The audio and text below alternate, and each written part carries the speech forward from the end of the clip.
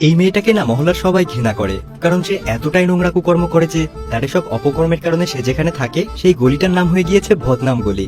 মেয়েটি একা একটা বাড়িতে থাকে, আর দিনরাত সবসময় তার বাড়িতে অপরিচিত সব ছেলেরা ঢোকে, আর ছেলেগুলো বাড়ি থেকে বের হওয়ার সময় মেয়েটাকে অনেকগুলো টাকা দিয়ে যায়। তার এমন কাজ বাজ দেখে মহল্লার কেউ ঘৃণায় তার সাথে কথাই বলে না। তার উপরে আবার এই মেয়েটা হঠাৎ করে একদিন প্রেগনেন্ট হয়ে যায়। এখন হঠাৎ একদিন এই শহরে রানা নামের একটা সহজ সরল ছেলে আসে, আর এসেই সে ওই মেয়েটার খপ্পরে একদম পুরো দমে ফেসে যায়। আর তখন থেকেই এই মেয়েটার ব্যাপারে একের পর এক সব রহস্য বের হয়ে আসতে থাকে। তো চলুন আজকে আমরাও একটু ওই বদনাম গলি থেকে ঘুরে আসি।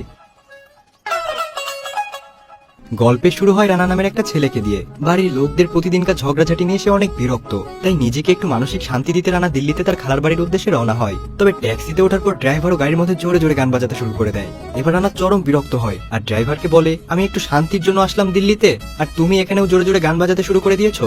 তার কথা শুনে ড্রাইভার বলে, শান্তি শান্তি, তাও আবার এই দিল্লিতে? খালার বাড়ির সামনে নামিয়ে দিয়ে ট্যাক্সি ড্রাইভার হেসে রানাকে বলে, এই নিন আপনার শান্তির জায়গা। ট্যাক্সি থেকে নামতে রানা দেখে মহল্লার সব মহিলারা জড়ো হয়ে নয়নিকা নামের একটা মেয়েকে নিয়ে সালিশ বিচার করছে। কৌতূহলবশত রানা একটু এগিয়ে যেয়ে ব্যাপারটা বোঝার চেষ্টা করে। সেখানে গিয়ে সে জানতে পারে নয়নিকা নামের এই অবিবাহিত মেয়েটা একাই একটা বাড়িতে বাসা ভাড়া করে থাকে, আর তার বাড়িতে রোজ রাতে নতুন নতুন পুরুষ মানুষ আসা যাওয়া করে, আর যাওয়ার সময় তার হাতে মোটা অঙ্কের টাকা ধরিয়ে দিয়ে যায়। এই নিয়ে মহল্লার মানুষের বেজায় দুশ্চিন্তা। কেউ বলে রাতে নাকি তার বাড়ি থেকে আজব আজব আওয়াজ শুনতে পাওয়া যায়, আবার কেউ বলে এই মেয়েটার কুকর্মের কারণেই মহল্লার নাম বদনাম গলি হয়ে গেছে, আবার বিয়ের আগেই প্রেগনেন্ট হয়ে গেছে মেয়েটা।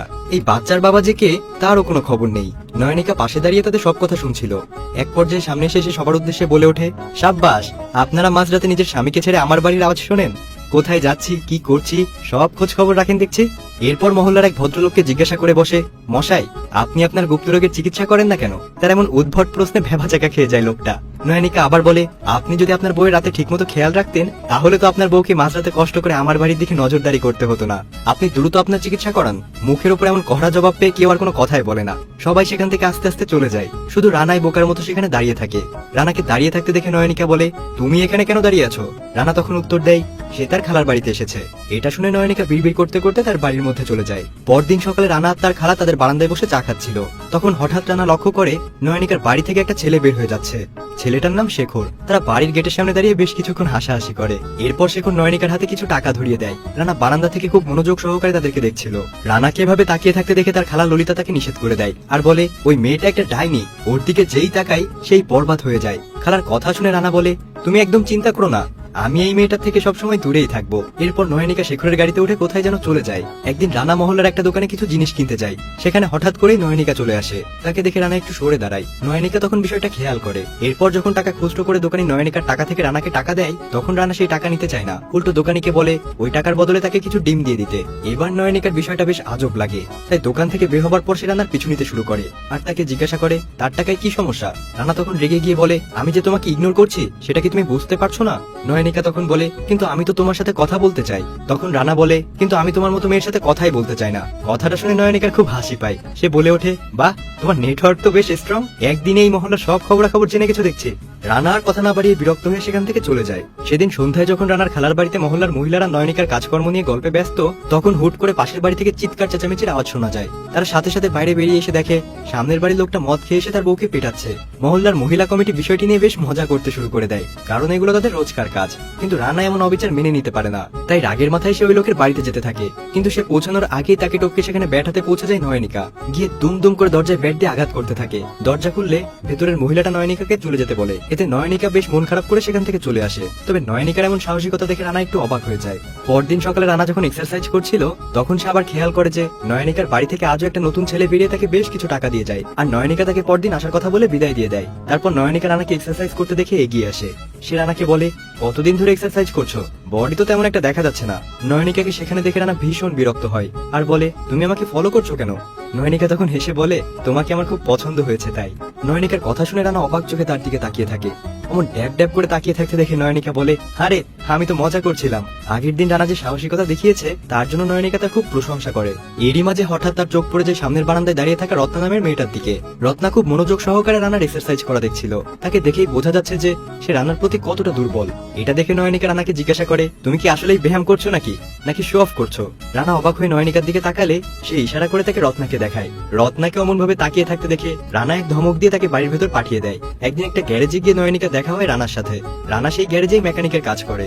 নয়নিকাকে সেখানে দেখে রানা বেশ বিরক্ত হয়। রানার সাথে টুকটাক কথাবার্তা বলে সে গ্যারেজের মালিক পান্ডের কাছে গিয়ে তাকে একটা শার্ট দেয়। শার্টটা পেয়ে পান্ডে খুবই খুশি হয়ে যায়। তাদের এমন কাজকর্ম দেখে রানা মনে মনে ভাবে যে পান্ডের সাথে হয়তো নয়নিকার ইটিশ পিটিশ চলছে। কথাবার্তা শেষে তারা দুজনে লাঞ্চ করতে শুরু করে। পান্ডে তখন রানাকে বলে, রানা তুমি তো লাঞ্চ করো নাই, আসো আমাদের সাথে যোগদান করো। তখন রানা বাহানা বানিয়ে এড়িয়ে যায়। তবে হঠাৎ করে সেখানে রানার জন্য খাবার নিয়ে উপস্থিত হয় রত্না। রত্না বলে রানার খালা নাকি তাকে খাবার দিয়ে পাঠিয়েছে। রানা তাই চুপচাপ খেতে বসে যায়। তবে রত্নাকে তার পাশে বসে থাকতে দেখে সে বলে, খাবার তো নিয়ে এসেছিস, এবার কি আমাকে খাইয়ে দিবি নাকি? এটা বলে সে রত্নাকে ধমক দিয়ে বাসায় পাঠিয়ে দেয়। আর এই দৃশ্য দেখে সেখানে থাকা সবাই হেসে ওঠে। পরদিন এক কাস্টমারের গাড়ি সার্ভিসিং এ নিয়ে যাওয়ার সময় রানা হঠাৎ রাস্তায় নয়নিকাকে দেখে। তাই গাড়ি থামিয়ে তাকে জিজ্ঞাসা করতে যায় তার কি হয়েছে। তখন কোনো কথা না বলেই নয়নিকা দুম করে তার গাড়িতে উঠে বসে আর তাকে দ্রুত গাড়ি চালাতে বলে। রানা বুঝে উঠতে পারে না কি করবে। সে কি হসপিটালে ফোন করবে নাকি বাড়িতে ফোন করবে। যাই হোক, রাস্তার একটা সুপার শপের সামনে নয়নিকা গাড়িটাকে দাঁড় করাতে বলে। গাড়ি দাঁড় করাতেই সে দৌড়ে সুপার শপের মধ্যে চলে যায়। আর এদিকে রানা বুঝতে পারে না যে সে এখানে দাঁড়িয়ে থাকবে নাকি চলে যাবে। কিছু বুঝতে না পেরে সেখানেই নয়নিকার জন্য অপেক্ষা করতে থাকে। কিছুক্ষণ পর নয়নিকা সুপার শপ থেকে বেরিয়ে এসে বলে তার আসলে খুব জোরে সুসু পেয়েছিল। তার কথা শুনে রানার প্রচন্ড মেজাজ খারাপ হয়ে যায়। এই ছোট্ট একটা বিষয়ের জন্য তাকে এরকম ভাবে টর্চার করলো মেয়েটা। তখন নয়নিকা রানাকে বলে, প্রেগনেন্ট তো হও নাই, প্রেগনেন্ট হইলে বুঝতা সুসু পেলে কেমনটা লাগে।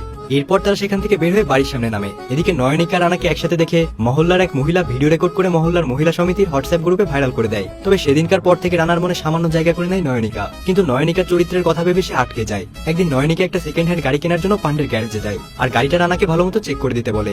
কিন্তু রানা কোনোভাবেই রাজি হয় না আর বলে, ওই পাপের টাকার জিনিস আমি ধরতেই পারবো না। নয়নিকা তখন হেসে বলে, এটা পাপের টাকার জিনিস না, এটা এই বাচ্চার বাপের টাকার জিনিস। এবার অনিচ্ছা সত্ত্বেও পান্ডের ধমক খেয়ে রানাকে গাড়িটা চেক করতে যেতে হয়। গাড়ি ঠিক করার সময় নয়নিকা রানাকে জিজ্ঞাসা করে, তুমি কি জানো এই বাচ্চার বাবাকে? রানা বিরক্ত হয়ে উত্তর দেয়, না আমি জানি না আর জানতেও চাই না।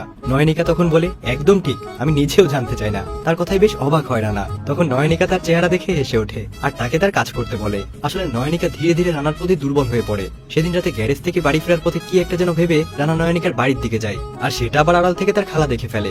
নয়নিকা রানাকে দেখে খুব খুশি হয়ে যায়। রানা তাকে তখন সেই গাড়িটার কথা বলে যেটা কিনা নয়নিকা নিতে চেয়েছিল। তখন রানা নয়নিকাকে বলে, আসলে গাড়িটার কন্ডিশন খুব একটা ভালো না, কিন্তু নয়নিকা এই অবস্থায় কোথায় গাড়ি খুঁজে বেড়াবে, তাই তার হয়ে গাড়ি খুঁজে দেওয়ার দায়িত্ব নিয়ে নেয় রানা। এটা শুনে তো নয়নিকা একদম খুশিতে আত্মহারা হয়ে যায়। কথা শেষে রানা বাড়িতে ফিরলেই তার খালা তার উপরে কথার গুলি ছুটতে শুরু করে দেয়। রানা তার খালাকে অনেক বোঝানোর চেষ্টা করে যে সে যেমনটা ভাবছে তেমন কোনো কিছুই না, কিন্তু তার খালা তো আর সহজে হার মানার মানুষ নয়। তাই সে হোয়াটসঅ্যাপ থেকে তাদের সেই ভিডিও বের করে রানাকে দেখায়। কথা কাটাকাটির এক পর্যায়ে ললিতা রানার গায়ে ঠাস করে একটা চড় বসিয়ে দেয়। এতে রানা ভীষণ কষ্ট পায়। মনের মধ্যে এক রাশ অভিমান নিয়ে যখন রানা বাড়ির ছাদে বসেছিল ঠিক তখনই নিজের বাড়ির ছাদে কাপড় তুলতে গিয়ে নয়নিকা অজ্ঞান হয়ে যায়। রানা সেটা দেখতে পেয়ে দৌড়ে তার বাড়িতে পৌঁছায় আর দ্রুত তাকে নিয়ে হসপিটালে চলে যায়। হসপিটালে জ্ঞান ফেরার পর নয়নিকা ডাক্তারকে জিজ্ঞাসা করে তাকে এখানে কে নিয়ে এসেছে। ডাক্তার ইশারা করে রানাকে দেখায়। রানাকে দেখে নয়নিকা অবাক হয়ে যায় আর বলে ওঠে, সারা মহল্লায় শুধু তোমারই সাহস হয়েছে দেখছি আমাকে এভাবে ধরে হসপিটালে নিয়ে আসার। সে রানাকে আরো বলে তাদের মধ্যে নিশ্চয়ই কোনো একটা কানেকশন আছে, এই জন্মে না হলেও আগের জন্মে অবশ্যই ছিল। রানা তার কথায় খুব একটা কান না দিয়ে তার কাছে তার বয়ফ্রেন্ডের নাম্বার চায়। নয়নিকা মজা করে বলে, বয়ফ্রেন্ড তো অনেকগুলা, কোনটার নাম্বার দেবো? দেখো না রোজ নতুন নতুন ছেলেরা আমার বাড়িতে আসে। নয়নিকার কথা শুনে রানা অবাক হয়ে বলে, তোমার কি একটু লজ্জা করে না এই কথাগুলো বলতে? নয়নিকা তখন বলে, কেন লজ্জা কেন করবে? মহল্লার লোকেরা আমাকে যেরকমটা ভাবে আমি তো সেরকমটাই বলছি, আর তুমিও তো আমাকে তেমনটাই ভাবো তাই না? রানা কিছুক্ষণ চুপ থেকে বলে ওঠে, না আমি এমন ভাবি না, তুমি জলদি তোমার বয়ফ্রেন্ডের নাম্বারটা দাও। নয়নিকা তখন বলে, এই বাচ্চার বাবা আমার বয়ফ্রেন্ড না, আমি একজন স্যারোগেট মাদার, অন্য কারোর বাচ্চা আমি নিজের গর্ভে ধারণ করছি যাতে কোনো বন্ধা মেয়ে মা হওয়ার সুখ পায়। কথাটা শুনে যেন স্বস্তি নিঃশ্বাস ফেলে রানা।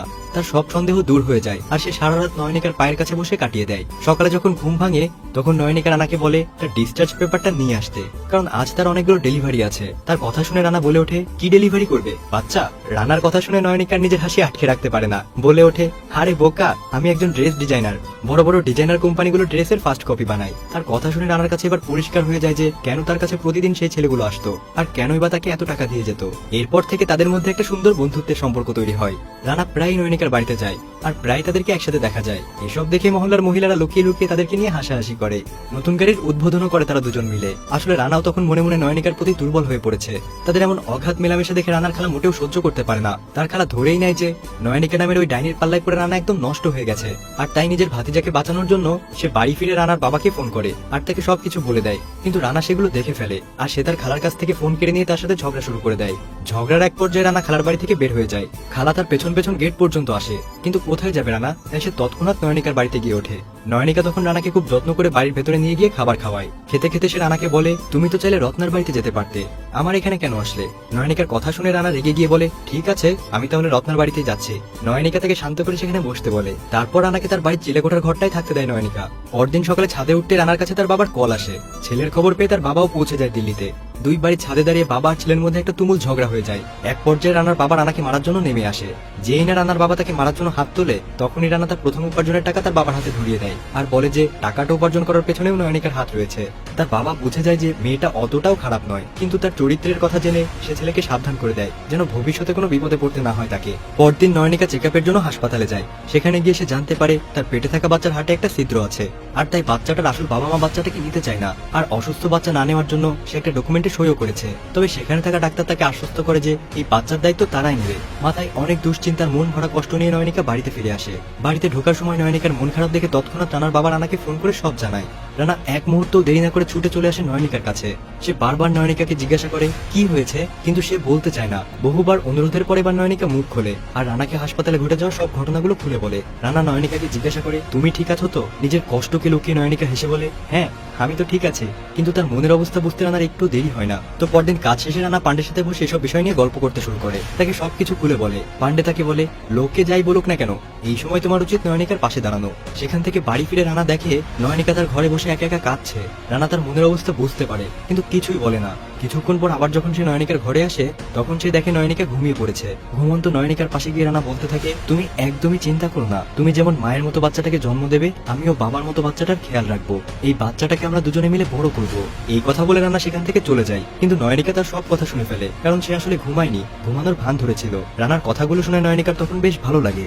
রানা আর নয়নিকার সম্পর্ক নিয়ে মহল্লায় গুজব তৈরি হয়ে যায়। মহল্লার বখাটে ছেলেগুলো তাদেরকে নিয়ে আজে বাজে কথা বলতে থাকে, কিন্তু রানা মুখ বুঝে সব সহ্য করে যায়। কিন্তু তার চুপ থাকাটা যেন তাদের কথাগুলোকে আরো বেশি উস্কে দেয়। রানা নিজের রাগের উপর আর নিয়ন্ত্রণ রাখতে পারে না। সে গিয়ে সেই ছেলেগুলোকে তখন মারতে শুরু করে। চেঁচামেচির আওয়াজ পেয়ে মহল্লার সবাই সেখানে জড়ো হয়। নয়নিকাও সেখানে চলে আসে। সেখানে থাকা লোকদের উদ্দেশ্যে রানা বলে ওঠে, তোমরা কিভাবে নয়নিকার মতো এত ভালো একটা মেয়ের নামে দুর্নাম ছড়াতে পারো? তোমাদেরকে একটু লজ্জা করে না? সে নয়নিকার স্যারোগেট মাদার হওয়ার সত্যিটাও সবাইকে বলে দেয়। সে বলে, তোমরা যার নামে চরিত্রহীন হওয়ার কলঙ্ক লাগাচ্ছ, আসলে সে কোনো বন্ধা মায়ের মুখে হাসি ফোটানোর চেষ্টা করছে, কারো পরিবারে আলো এনে দেওয়ার চেষ্টা করছে। তার কথাগুলো শুনে সবাই নিজেদের ভুল বুঝতে পারে। তখন রানার বাবা আর খালাও তাদের ভুল বুঝতে পারে। ছেলের উপর ভীষণ গর্ব হয় রানার বাবার, কারণ সে এমন একটা ভালো মনের মেয়েকে পছন্দ করেছে। এরপর তারা একসাথে শান্তিতে দিন কাটাতে থাকে। কিন্তু হঠাৎ একদিন সেই বাচ্চার বাবা শেখর নয়নিকার বাড়িতে এসে পৌঁছে। সে নয়নিকাকে বলে তারা তাদের সিদ্ধান্ত পরিবর্তন করেছে, এখন তারা সেই বাচ্চাটাকে গ্রহণ করতে চায়। কিন্তু নয়নিকা কোনোভাবেই তার বাচ্চা শেখরকে আর দিতে রাজি হয় না। রানা শেখরকে তার বাড়ি থেকে ধাক্কা দিয়ে বের করে দেয়। এদিকে বাড়ির বাইরে রানার খালা শেখরকে আক্রমণ করে। নয়নিকার পক্ষ নিয়ে শেখরকে খুব করে কথা শুনিয়ে দেয় সে, আর সেই সাথে মহল্লার বাকিরাও তাদেরকে সাপোর্ট করতে চলে আসে। এসব দেখে রানার নয়নিকা ভীষণ খুশি হয়ে যায়, কিন্তু শেখর তাদেরকে চ্যালেঞ্জ করে যায়। সে বলে যেভাবেই হোক সে তার বাচ্চাকে হাসিল করেই ছাড়বে। এই বলে সে সেখান থেকে চলে যায়। এরপর রানার বাবা খুব আদরের স্বরে নয়নিকার কাছে এসে বলে, মা আমাকে এক কাপ চা খাওয়াবে? নয়নিকা খুশি হয়ে তাকে বাড়ির ভেতরে নিয়ে আসে। কিন্তু বাড়ির ভেতরে এসে চা কে বানাবে তা নিয়ে বাবা ছেলের মধ্যে বেশ একটা ঝগড়া বেঁধে যায়। এমন সময় হঠাৎ নয়নিকার ডেলিভারি পেন শুরু হয়। বাবা আর ছেলে মিলে তাকে ধরে নিয়ে যায় হসপিটালে। হসপিটালে নিয়ে যাওয়ার সময় বারবার নয়নিকা বলতে থাকে, যেভাবেই হোক শেখরের সই করা সেই ডকুমেন্টটা তাদেরকে খুঁজে বের করতেই হবে, তা না হলে সে তাদের কাছ থেকে তাদের আদরের বাচ্চাটাকে কেড়ে নেবে। নয়নিকা তাদেরকে বলে এই ডকুমেন্টসটা হয়তো ডাক্তারের কাছেই পাওয়া যাবে। নয়নিকাকে অপারেশন থিয়েটারে ঢুকিয়ে রানা এবং তার বাবা সেই ডকুমেন্টের খোঁজে বেরিয়ে পড়ে। সেখানে হঠাৎ হসপিটালে তাদের চোখ পড়ে শেখরের উপর। শেখর তখন একজন ডাক্তারের সাথে কোনো একটা বিষয় নিয়ে কথা বলছিল, আর এতেই তারা বুঝে যায় যে শেখর সেখানকার ডাক্তারকে হাত করে নিয়েছে। এরপর তারা সেই ডাক্তারের পিছু নিতে শুরু করে, কিন্তু ডাক্তার সেটা বুঝে যায়, আর সেই ডাক্তার তখন হসপিটালের রেকর্ড রুমে ঢুকে পড়ে। কিন্তু সেখানে তো আর বাইরের মানুষ যেতে পারবে না। এরপর তারা ভেতরে ঢোকার একটা প্ল্যান বের করে। রানার বাবা সেই রুমের বাইরে গিয়ে হঠাৎ হার্ট অ্যাটাকের নাটক করে। এরপর যখন সবাই রানার বাবাকে নিয়ে ব্যস্ত হয়ে পড়ে, ঠিক সেই সুযোগে রানা রেকর্ড রুমের মধ্যে ঢুকে পড়ে। কিন্তু দুঃখের বিষয়, রেকর্ড রুমে ঢুকে নয়নিকার ফাইলটা পেলেও ফাইলের মধ্যে সেই ডকুমেন্টটা খুঁজে পায় না। হঠাৎ সেখানে তার দেখা হয় সেই ডাক্তারের সাথে। রানা গিয়ে সেই ডাক্তারকে উত্তম মাধ্যম দিতে শুরু করে, আর বারবার তার কাছে সেই ডকুমেন্টের কথা জিজ্ঞাসা করতে থাকে। এক পর্যায়ে মার সহ্য করতে না পেয়ে বাধ্য হয়ে ডাক্তার সেই ডকুমেন্টটা বের করে দেয়। ডকুমেন্ট হাতে পেয়ে রানা সেই ডাক্তারকে সরি বলে সেখান থেকে বের হয়ে আসে। কিন্তু বেরিয়ে এসে সে দেখে বাইরে তো এলাহি কারবার ঘটে গেছে। তার বাবাকে অপারেশন থিয়েটারে নিয়ে যাওয়ার জন্য স্ট্রেচারও নিয়ে আসা হয়েছে। রানা দৌড়ে তার বাবার কাছে গিয়ে বলে, কাজ হয়ে গেছে বাবা, এবার নাটক বন্ধ করো। হুট করে হার্ট অ্যাটাকের রোগী ভালো হয়ে যায়, আর তারা দৌড়ে চলে যায় নয়নিকার কাছে। এরই মধ্যে নয়নিকার ডেলিভারি হয়ে যায়। ডাক্তার তাদের কাছে ফুটফুটে একটা মেয়ে বাচ্চাকে নিয়ে আসে। রানা ডাক্তারকে জিজ্ঞাসা করে, নয়নিকা ঠিক আছে তো? ডাক্তার তখন জানায়, হ্যাঁ নয়নিকাও সুস্থ আছে, আর বাচ্চাটাও এখন সুস্থ আছে। তবে পরবর্তীতে ছোট্ট একটা অপারেশন করলে তার হার্টের সমস্যাটাও ঠিক হয়ে যাবে। কথাগুলো শুনে খুশিতে বাবা আর ছেলে একেবারে আত্মহারা হয়ে যায়। এরপর রানা নয়নিকার সাথে দেখা করতে আসে। রানার হাত ধরে নয়নিকা তাকে জিজ্ঞাসা করে, তুমি না আমার মতো মেয়ের সাথে কথা বলতে চাও না, এখন কি হলো? তার কথায় রানা ভীষণ লজ্জা পেয়ে যায়। এরই মাঝে সেখানে রানার বাবা চলে আসে। ভেতরে ঢুকে বাচ্চাটার সাথে খেলা করতে শুরু করে দেয়। বাবাকে এত হাসি খুশি দেখে রানাও ভীষণ খুশি হয়ে যায়, আর তাদের দুজনকে দেখে খুশি হয় নয়নিকা। রানার বাবা নয়নিকাকে একরকম ছেলের বউ হিসেবে ধরেই নিয়েছে। এরপর তারা একসাথে তাদের মহল্লায় ফিরে আসে। মহল্লায় নতুন বাচ্চাটাকে নিয়ে সবাই আনন্দ উল্লাসে মেতে ওঠে। তাদের মধ্যে একজন বলে ওঠে, এবার তোমরা বিয়েটা করে নাও, তোমাদের বিয়েতে আমরা কবজি ডুবিয়ে খাবো আর ভীষণ মজা করবো। কিন্তু সবার এত আনন্দ দেখেও কিছু মানুষ তাদের স্বভাব বদলাতে পারে না। সবকিছু জানা সত্ত্বেও তারা এখনো নয়নিকা রানার চরিত্র নিয়ে আজে বাজে কথা বলতেই থাকে। তবে সব সময়কার মতোই রানা আর নয়নিকার এতে কিছুই আসে যায় না। তারা তাদের পরিবার নিয়ে সুখে শান্তিতে নতুন জীবন শুরু করে। আর এর মধ্যে দিয়ে রানা আর নয়নিকার নতুন গল্পের অধ্যায় শুরু হয়। আর তাদের সংঘর্ষ, কষ্ট, খুনসুটি আর লড়াইয়ের এই সুন্দর গল্পটা এখানেই শেষ হয়ে যায়। তো কেমন ছিল আমাদের আজকের এই গল্পটা সেটা কমেন্ট বক্সে জানাতে একেবারেই ভুলবেন না কিন্তু। তো দেখা হচ্ছে পরের কোনো ভিডিওতে। ততক্ষণ পর্যন্ত আল্লাহ হাফেজ।